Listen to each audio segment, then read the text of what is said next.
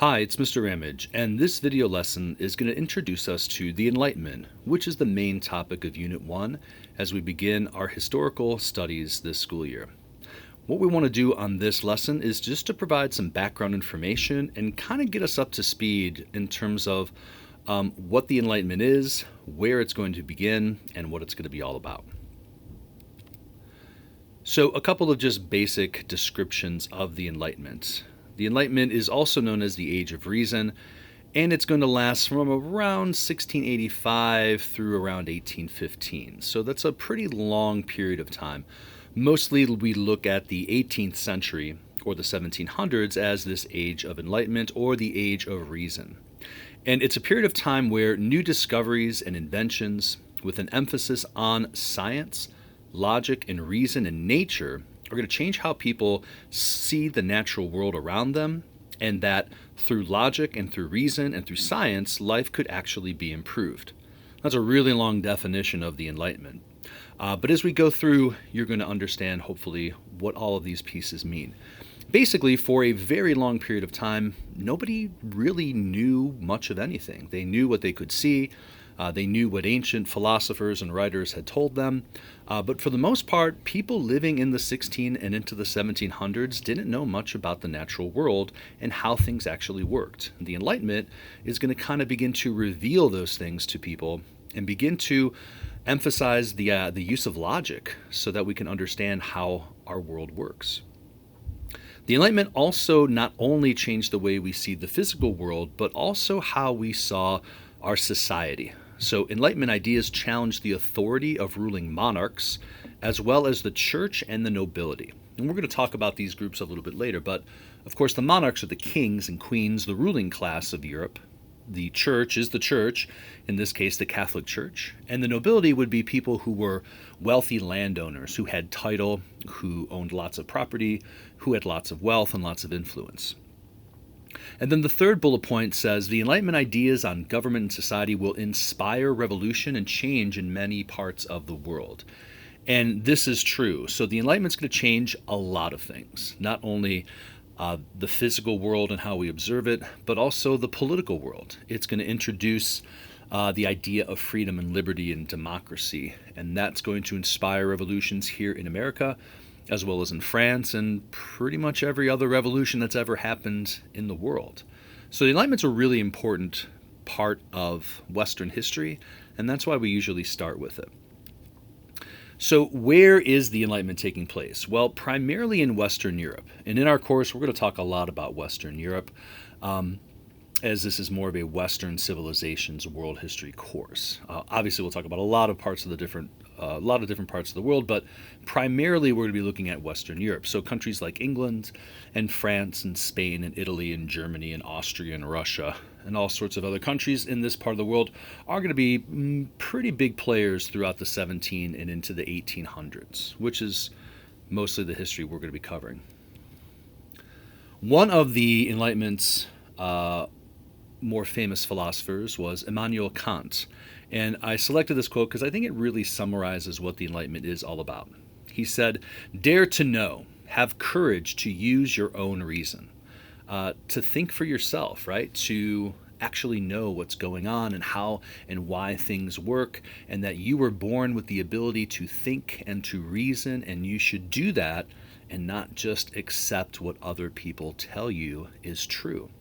So if we were to think about the Enlightenment, this quote kind of summarizes the big idea of it. Use your own reason. So the Enlightenment didn't just happen, right? History doesn't just spontaneously happen. There's typically a long road of events and people and things and choices and decisions that get us to this point in time. So I want to just sort of rewind here a little bit and look at some events that led to the start of the Enlightenment. First one actually would be the Black Death, which took place in Europe from 1362 to 1381. This is a huge pandemic which wipes out between a third up to a half of Europe's total population. It killed a lot of people. And in doing so, it had a lot of other effects. It is going to decrease the number of people, obviously, but decrease the number of workers. And this is big because the people that survived there wasn't as much competition for jobs anymore. And because there were fewer people available to work, that meant they could demand better wages and get paid more money, which is going to begin to increase their standard of living. Not a lot, but enough where life is going to be a little bit better for a lot of people. And that is what's called social mobility. If you're able to make more money and have a better lifestyle, that means that you can move up in society. You can achieve greater things, and you can become hopefully a more successful person with a nicer house and access to better resources like food and medical care. Although medical care in the 1300s wasn't really great, as we're going to see, but people began to sort of improve their lifestyles. And then during the Black Death, people really questioned religion because a lot of people believed that the plague was a punishment from God, that people were sinful and people were terrible, and therefore God unleashed this plague on everybody. And people began to wonder, why would that be? Why would this happen? Why would a God do this to us?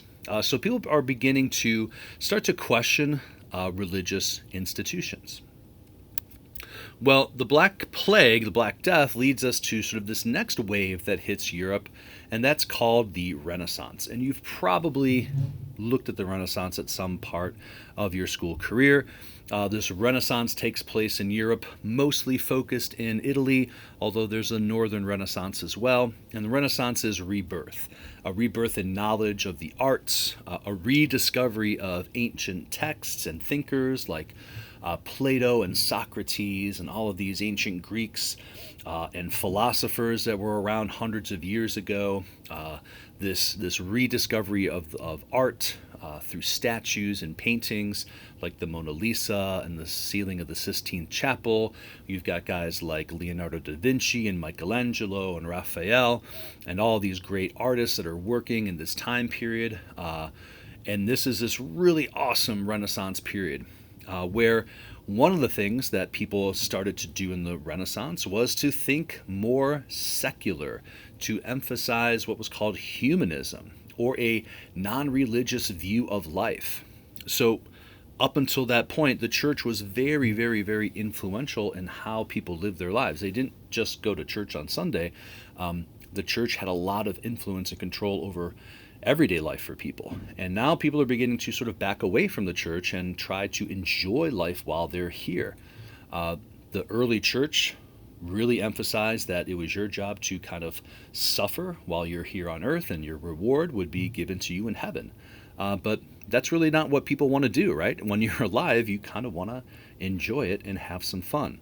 And that was a big part of the Renaissance. So things are changing. And this Renaissance leads us to what's known kind of as this next phase of European history, which is this age of exploration, which is around 1400 to about 1600. So Europeans are getting on ships and they are leaving Europe, and they are in search of trade routes to Asia. So goods from Asia like silk and spices made their way to Europe. They were very valuable. They were very much in demand and very sought after. But it took a long time to get there by land. So countries and adventurers and sailors began to see if there was a way that they could get to Asia faster, a sea route to get to Asia.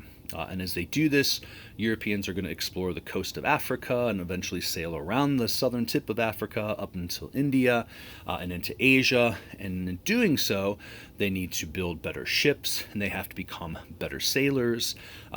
New technologies are going to be developed to help with this voyage. So we have more thinking and sort of scientific thought going on.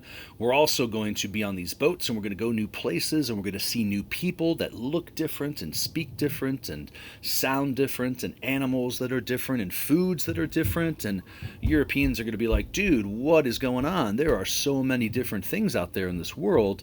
We need to better understand what's actually here. So this discovery is important. Wanting to understand the world is important. And that leads us up to even more questions, right? Like, man, we don't really know anything about this world. There's so much out there that we don't understand and we don't even know about. And then this last phase that we're going to get to in Europe before the Enlightenment is what's called the Protestant Reformation. This is a little complicated, so I'm going to try to keep it pretty simple. This is where the church is going to kind of split in half. So as people are asking more questions about the church and its authority and life and reason and science and logic, people begin to question the church and the things that they've been told. A lot of people back in Europe at this time did not know how to read, did not know how to write, so they relied on the church and the priests to tell them what was in the Bible, to instruct them as to what to do, and people kind of wanted to maybe read the Bible for themselves. So this Reformation begins, led by Martin Luther in Wittenberg, Germany, and he begins this what's called Protestant split from the church, as these religious orders are going to protest against the Catholic Church and establish their own churches. So Martin Luther starts the Lutheran movement, and then we're going to see like the Baptists and the Anabaptists and the Presbyterians and the Methodists, and all sorts of religious groups are going to split off from the Catholic Church. All still Christian, but practicing Christianity different.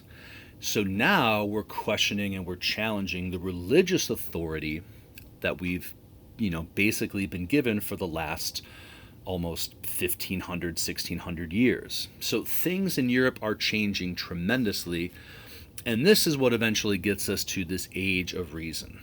So the Enlightenment is the product of all of these previous historical time periods, from the Renaissance to the Age of Exploration, through this period of Reformation. Sort of all gets us to this moment where things just kind of pop and the Enlightenment is going to begin. And one of the reasons why the Enlightenment becomes as successful as it is due to the printing press. Now, a few minutes ago I mentioned that not a lot of Europeans knew how to read and write, and this is true. Books were extremely rare. Books were very, very, very expensive, because to write a book, you literally had to write it by hand. Books were hand copied throughout the Middle Ages in Europe, and that meant you could only produce a certain number of books per year. And because there were so few books, they were very expensive, which meant the average person couldn't afford them, and therefore the average person didn't know how to read or write because they didn't have to. Well, in 1455, along comes this guy right here, Johann Gutenberg from Germany, and he's going to create a press that will use movable type to mass produce books. And this is what's really going to transform the way that we share and receive information in Europe and then beyond. So the printing press is monumentally important, and it's a pretty simple concept. Each letter is carved out individually. You line those letters up on the press, and you put the ink on top of it, you put the paper on top of it, you crank the little spinny thing, it presses it down, it presses the paper onto the ink, and it picks up the marks from the letters, and there you go. So if you look at the maps here on the left-hand side, we've got cities with printing press in 1450 on the top left. Well, that would be Gutenberg there in Wittenberg, Germany. And then 10 years later, we've got 1, 2, 3, 4, 5, 6, 7, 8, 9. And then 10 years later, there's more. And 10 years later after that, there's even more. And by 1500, we have printing presses all over Europe. And when that happens, things are going to begin to change. Because we are speeding up the printing process, we're able to produce more printed books.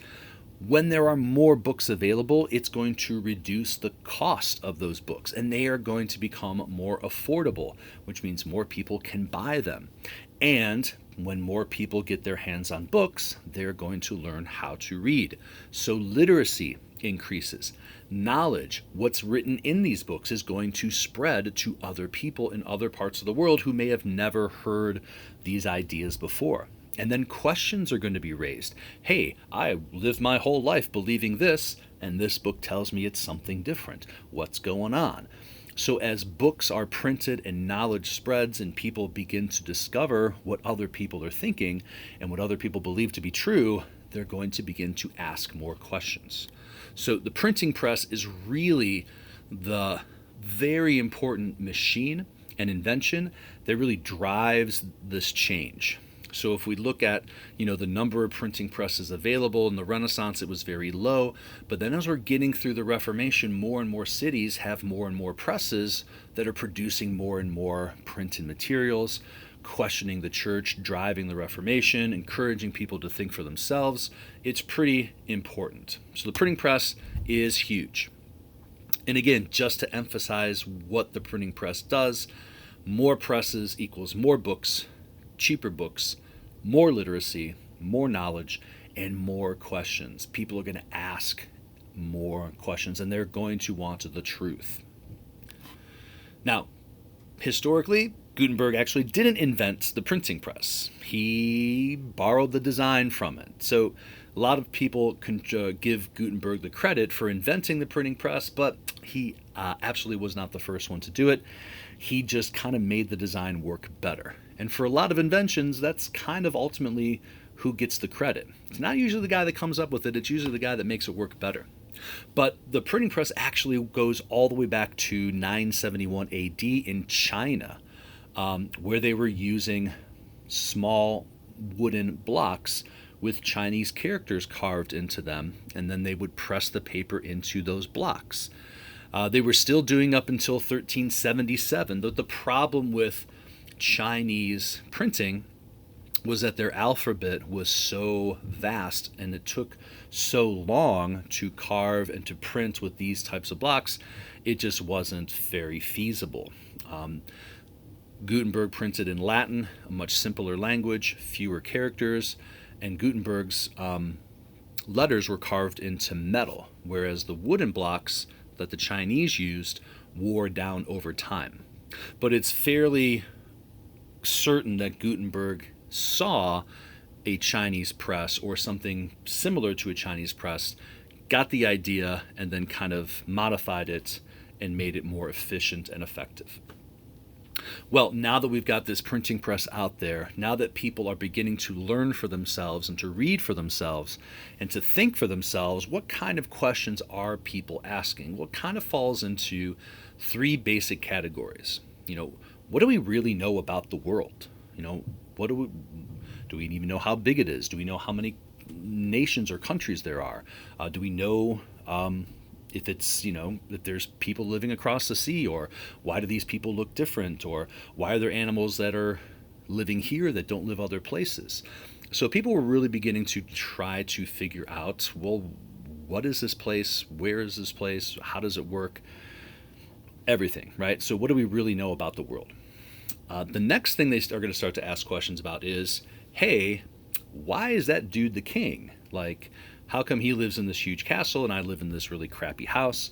How come he has all this money and I have nothing? How come he has all these wonderful clothes and jewels and crowns and horses and servants and I've got, nobody? So people are going to begin to question the people in power. Where did you get this power? Why do you have it? Why do you have all this wealth? Why don't we share it? Whatever. People are beginning to question the people in authority. And the other group that people are going to begin to question is the church. What do we really know? What does the church really know? Now that we can read the Bible for ourselves, we're reading things that don't exactly match with what the church has told us. So people are going to begin to question their religious beliefs and what they've been told by the church. So questions drive the Enlightenment. And there's going to be lots of people who are going to start to try and answer those questions. And that's what we're going to start to look at next. Before we do that, let's just touch one more time on these people who are in power. Make sure that we really know who they are before we start to challenge their power. So monarchs, right? Kings and queens. A monarchy is a type of government where power is inherited by the ruler from a family. So monarchs were basically the one type of government that existed in Europe. Pretty much everybody had a monarchy. Everybody had a queen or a king or an emperor or somebody of some noble title. And then the monarchs would preach what was called divine right. So this was sort of their answer to that question, why are you in charge? The monarchs would say, hey, look, God chose me to rule over you, and to question me is to question God. So for a long time, people were, well, okay, sounds right to me. But now that we are starting to question people, that answer is not going to satisfy people much longer.